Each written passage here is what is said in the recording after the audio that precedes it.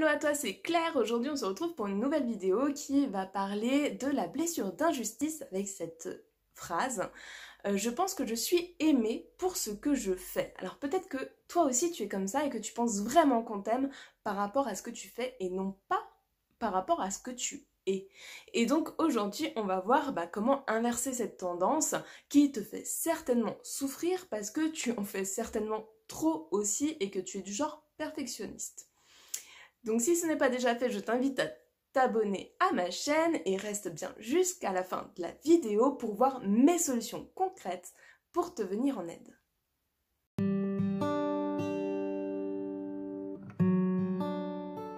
Alors, si tu es sur cette vidéo, c'est certainement que tu as déjà eu cette sensation, ou peut-être même que tu l'as déjà dit, que tu penses être aimé pour ce que tu fais. Alors ça vient de l'enfance, hein. Faut se dire aussi que la blessure d'injustice vient de l'enfance comme toutes les blessures. Pendant ton enfance, il est fort probable que tu aies été valorisé pour des choses que tu as faites.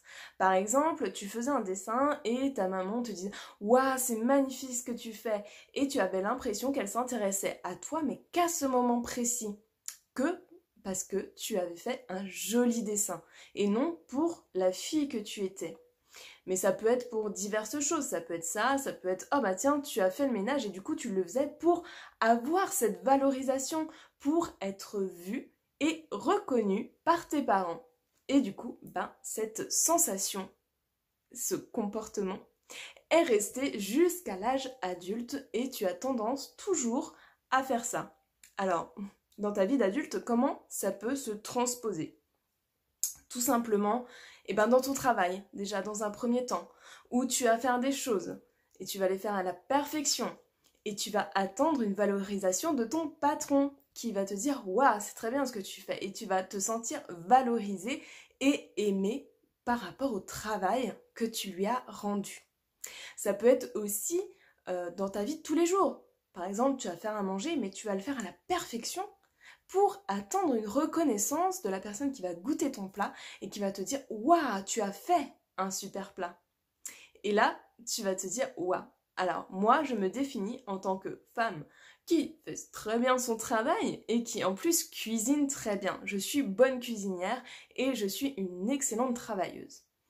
Et là, c'est effectivement une reconnaissance par rapport à ce que tu fais. Seulement, tu l'auras compris, ça c'est de l'ego. En fait, ton ego te dit que si tu ne le fais pas, tu n'y arriveras pas et tu ne seras pas aimé des autres. Tu vois, c'est un peu ces phrases-là qui va te dire. Sûr que t'en fais assez là ou que c'est assez parfait parce que tu sais que sans ça, personne ne t'aime. Non mais si tu arrêtes de faire ça, attention quoi, tu vas être rejeté. Donc je serais toi, hein, je le ferais, mais je le ferais bien quand même. Alors voilà, l'ego va te parler et être dur avec toi. Il va vraiment vouloir que tu ailles en profondeur sur les choses et peut-être qu'aujourd'hui tu as même cette sensation de parfois en faire trop et d'être épuisé parce que tu en as trop fait.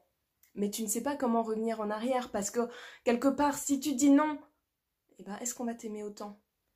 Et là, tu stresses, ça va pas et tu te sens vraiment pas bien.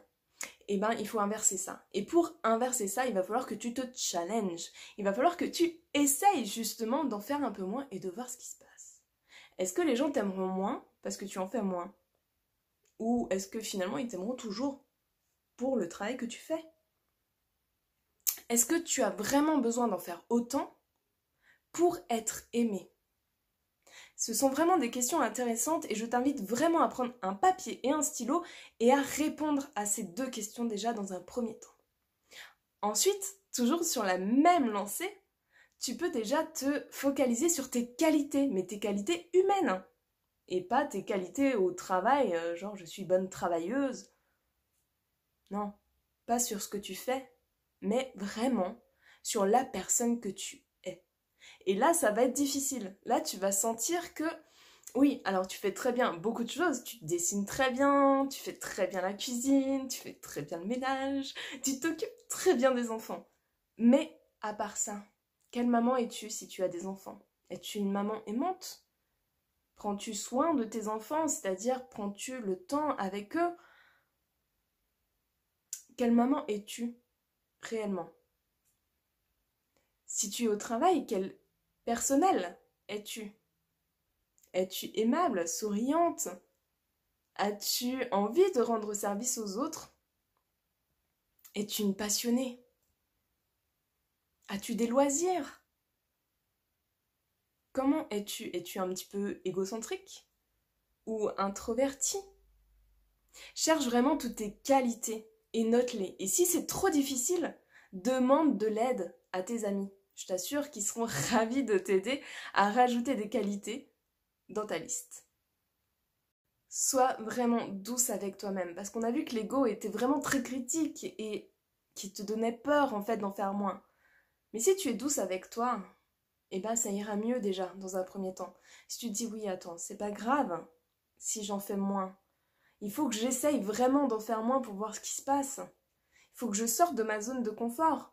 Mais ça ne veut pas dire que je dois être dure avec moi-même. Je dois être douce, je dois me valoriser. Et ça, c'est super important. Tu dois te valoriser toi.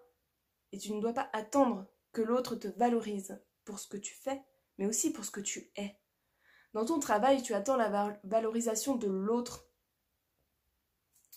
C'est important pour toi. Et bien là, il faut que tu te valorises toi-même. Il faut que tu notes tes réussites. Il faut que tu aies un moment à toi où tu vas dire « Waouh, j'ai réussi ça dans ma semaine et je suis vraiment, vraiment contente et je suis fière de moi !» C'est super important. Fais-le. Fais ta liste aussi là-dessus.